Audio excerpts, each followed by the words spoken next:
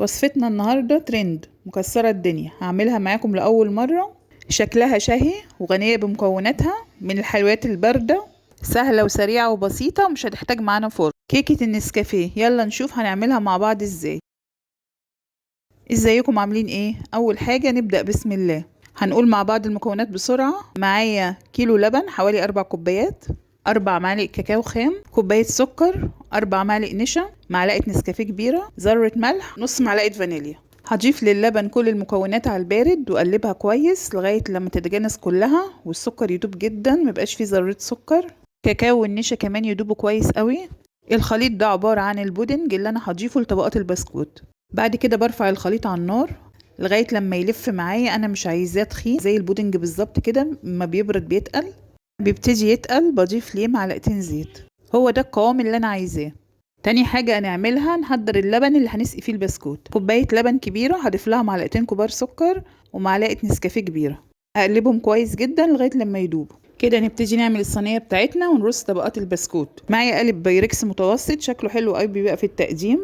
بعمل اول طبقة بسقي البسكوت في اللبن وارصه، واحاول ما اسيبش طبقات بين البسكوت. البسكوت ده بسكوت شاي عادي او اي بسكوت انت تحبيه. بعد كده بغطي الطبقة بتاعة البسكوت بطبقة من البودنج.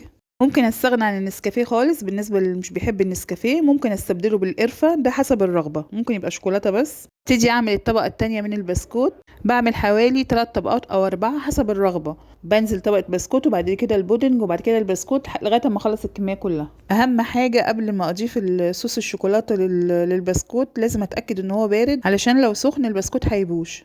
طريقتها سهله وسريعه، مش بتاخد معاكي وقت، سهله لو جايلك ضيوف تعمليها على طول. ما بتتحطش في الفرن فما بتاخدش معاكي وقت كتير في التحضير. بعد ما بنخلص القلب البايركس كله ونخلص الطبقات كلها، بتكون اخر طبقة معانا بتبقى صوص الشوكولاتة. بندخل القلب التلاجة لمدة نص ساعة، لو عايزينه جوسي يبقى نص ساعة، لو عايزينه اتقل سيبه وقت ساعة ساعتين لغاية لما يتماسك. القالب ده يكفي من 10 ل 12 شخص او اكتر.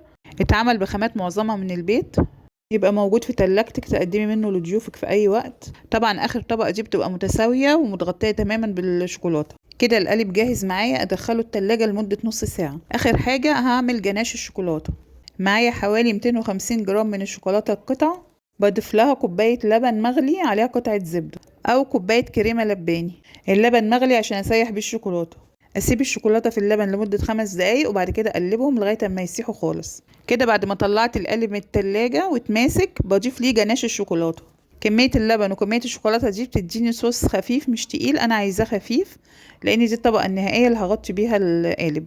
كده غطيت القالب بالجناش بالكامل، ادخله التلاجة لمده نص ساعه. بعد كده بزينه بالكاكاو او شوكولاته مبشوره. تجربتي مع الوصفه ناجحه جدا جدا، حاله فخمه للتقديم، شهية ولذيذة وغنية جدا بالشوكولاتة. ملاحظتي للوصفة ان اللي عايز نسكافيه بشكل اوضح او اكتر بيزود مقدار النسكافيه. بص الشكل جميل ازاي، مش قادرة اوصف لكم الطعم جميل جدا جدا. الوصفة عجبتني قوي، مبسوطة بيها. اضيفها لقائمة الحلويات بتاعتي، وانتوا كمان ممكن تضيفوها، تبقى موجودة عندك في تلاجتك في المناسبات الحلوة. صنف فاخر قدمتيه بايدك، هيحبوا الصغيرين والكبار.